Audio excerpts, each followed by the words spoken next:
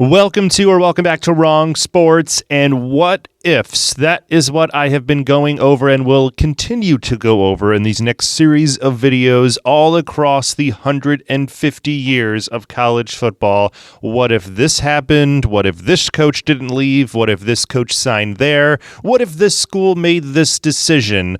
Or what about if this conference was formed? I have done a few of them already in my first video. You can check that out in the description below or in the upper right-hand corner. But this second video will be about what ifs for coaches, whether that means coaches that got away, and about the coaches that almost got hired somewhere else before 1970. And I have done a video on the worst coaching hires during this time, and you can see that in the description below and also above. But this will be different because this will all be about speculation pretty much. But before I get into my biggest what if coaching hires and not hires before 1970, make sure as always you are subscribed to the channel below, ring that bell so you can get updates on brand new videos that I will be dropping in the future. Of course, please check out my exclusive Patreon right now, patreon.com/wrongsports. I do have exclusive videos there. And please like and share this video, share this channel with other college sports fans.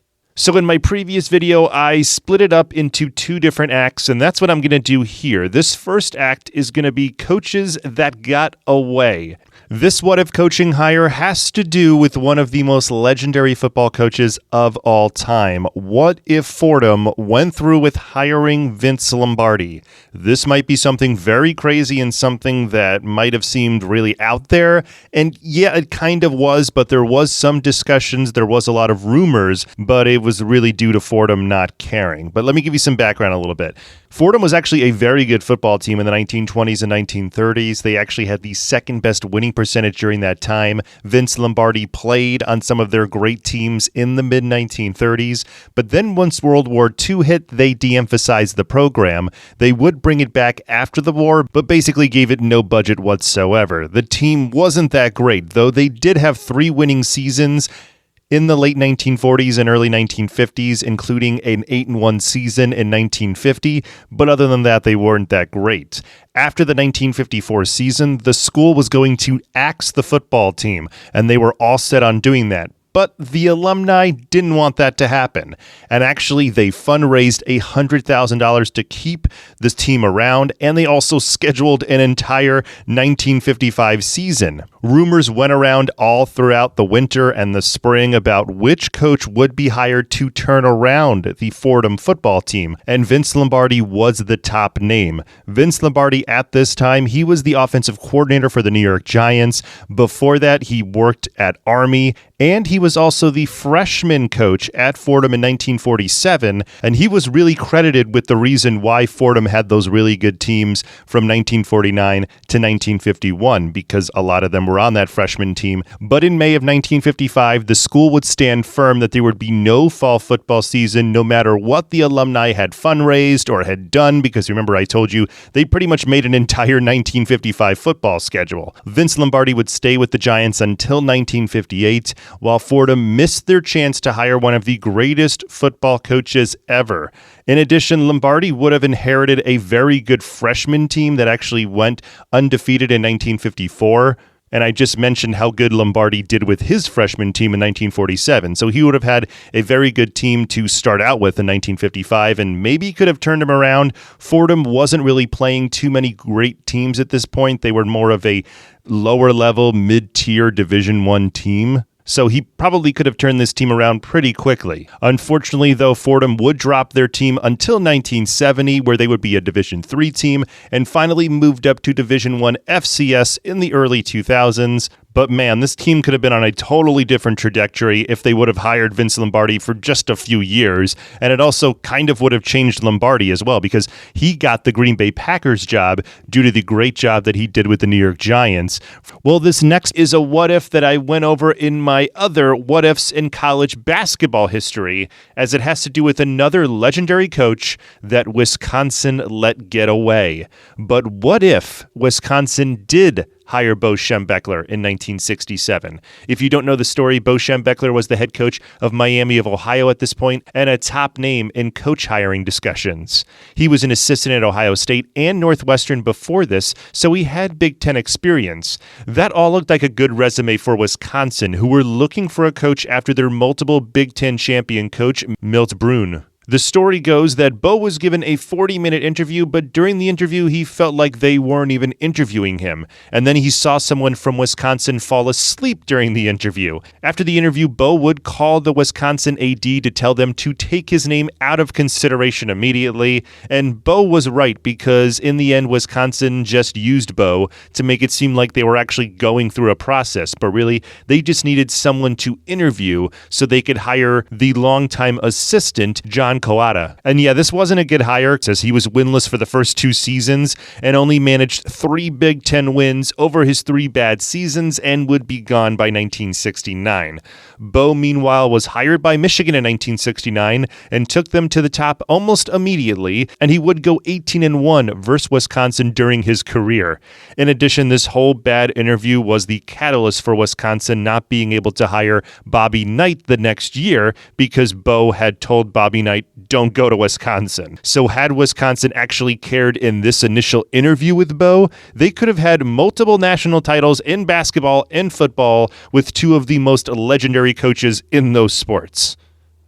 Okay, sorry to Wisconsin about that first what if, but don't worry, they're not about anything in this second what if, because it has to do with what if Bear Bryant didn't leave Kentucky in 1953. It wasn't really that the school let him go, but more that they didn't care about Bear, so that's why it might fit in the almost didn't happen, because Kentucky could have fixed this.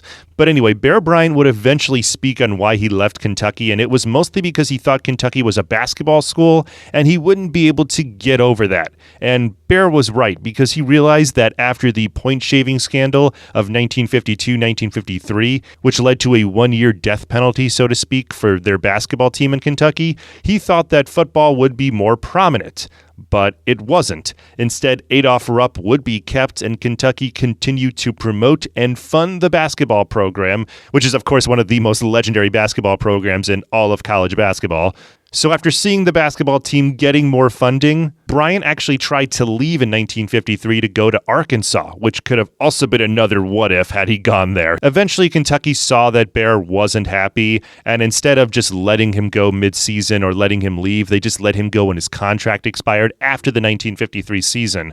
But this is a huge what if, as Bear Bryant is, of course, one of, if not the greatest coaches in college football history. So just imagine, had Kentucky cared about football more, then Bear could have stayed and brought Kentucky to maybe a national title. He wasn't far from one in 1950 and actually got some national title votes that year. But after Bear left, Kentucky fell into mediocrity for the next couple of decades. They did have 1 or 2 good seasons here and there. But anyway, like I mentioned, this Kentucky thing was just one of many what ifs in Bear Bryant's whole entire coaching career. I mean, it basically started in 1941 when he was offered the job to go to Arkansas, but he had to decline it because World War I broke out. So again, just another crazy what-if story for Bear Bryant. So many different webs that he could have went in the future and maybe potentially couldn't have even ended up at Alabama.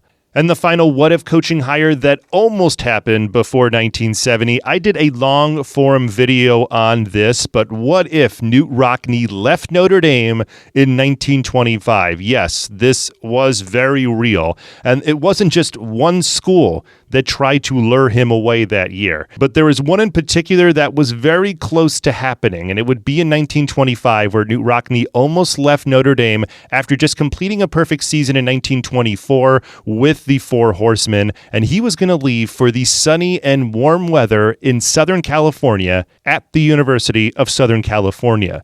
Knute Rockne was offered up to 5 times of what he was getting at Notre Dame. Plus, Knute Rockne's wife, Bonnie, was smitten with California. Not only for the weather, but because California was still rather new. It was a blank slate, and Bonnie knew that Rockne could make it even bigger there. And Knute would also see the same because USC just opened the LA Memorial Coliseum, and Notre Dame had still not built the massive Notre Dame Stadium for another 3 years. The reason why this whole thing never happened was because USC released announced that they had signed Knute Rockne before he was able to talk to Notre Dame officials.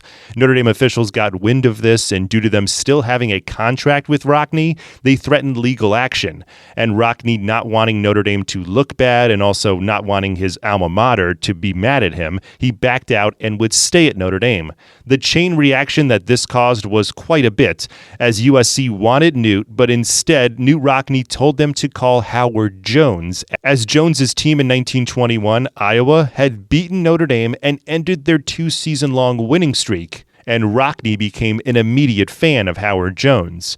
But after contract disputes at Iowa, Howard Jones would be a Duke in 1924 and was still looking for a way out, and took the job at USC and would make USC into a Western power throughout the 1930s. With almost 100 years of hindsight, it would have been crazy to see Rockne at USC, but in 1925, USC and Notre Dame had not become rivals just yet. They would schedule a yearly game starting in 1926 due to this whole situation. Also, I mentioned how Notre Dame had still not built Notre Dame Stadium yet. Well, that would happen in 1929-1930 due to Rockne pushing for it, and also Notre Dame not wanting to lose him to another school. And also, if you want to see this entire story, you can check it out right now in the description below, also in the upper right-hand corner. I also go over how Columbia was going to hire Knute Rockne and offered him some money, but it didn't get as far as the USC offer did. So again, check that out in the description below or in the upper right-hand corner. So those were the what-if coaching hires that almost happened, but these next few are coaches that were hired, but it was due to one fateful moment where it almost didn't happen. First, I'm going to start with what if Andy Smith didn't come to California in 1916?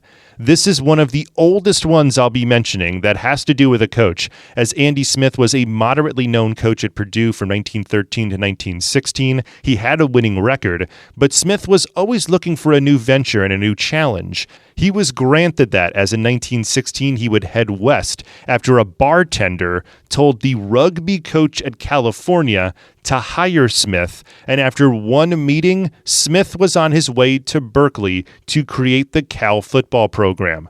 The reason for the rugby coach hiring a football coach was because Cal didn't have a football team after dropping it in 1906. Smith would go on to create the entire football team from scratch, and in just 4 years would create his Wonder Teams, which went on to create an epic streak and brought tons of new fans, new schools, and national titles to the West Coast to broaden the game of football. And if you want to hear more about Smith, I did a whole little story about him in my 1924 season recap. You can see that in the description below or in the upper right-hand corner. But had Cal not hired Andy Smith, you must wonder what would have happened to the Cal program. What would have happened to West Coast football? Andy Smith was instrumental in not only the rise of Cal football, as it was a program that hardly anyone knew about, to being on the front page and in the national title discussion in less than 5 years. Not sure who else was being looked at besides Smith, as like I mentioned, the school didn't even have a football team. So really, this could have gone totally different. Plus, had Andy Smith stayed at Purdue, would he have done what he did at Cal at Purdue? Because if so, that would have put Purdue on a totally different trajectory. Also, Andy Smith only coached at Cal until 1925, as he passed away soon after that season. So the 10 years he was at Cal, he went 74, 16, and 7, with a 48-game unbeaten streak during that time. But what if he had stayed even longer?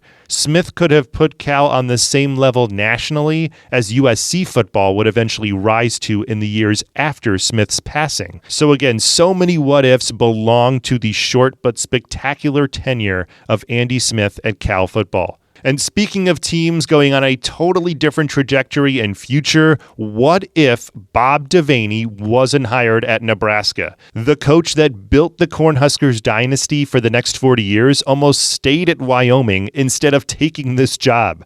Bob Devaney was a good coach at Wyoming who went 35, 10, and 5 over 5 years, but was looking to get to a big-time bowl game and potential national title. That was quite out of reach for Wyoming, who were in the Skyline Conference and were routinely ranked towards the bottom of the university division in college football and rarely getting to bowl invites. With a spot opening up in Nebraska after the embattled coach Bill Jennings was shown the door, Nebraska were looking for a jolt since Oklahoma had pretty much taken over the Big Eight by the 1960s. So Nebraska needed a big hire to win and win now before they fell too far back of Oklahoma.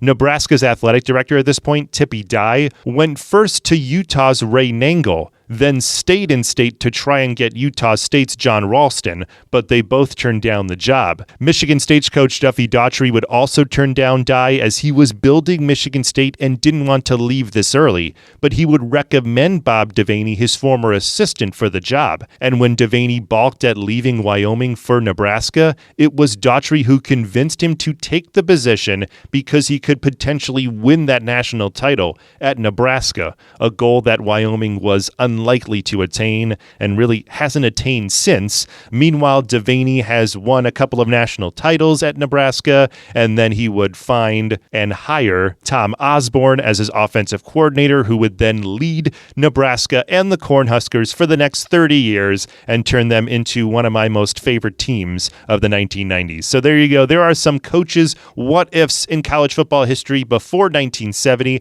Make sure, as always, you are subscribed to the channel below. Ring that bell so you can get updates on brand new videos that I will be dropping in the future. Please check out my Patreon right now, patreon.com/wrongsports, and like and share this video, share this channel with other college sports fans.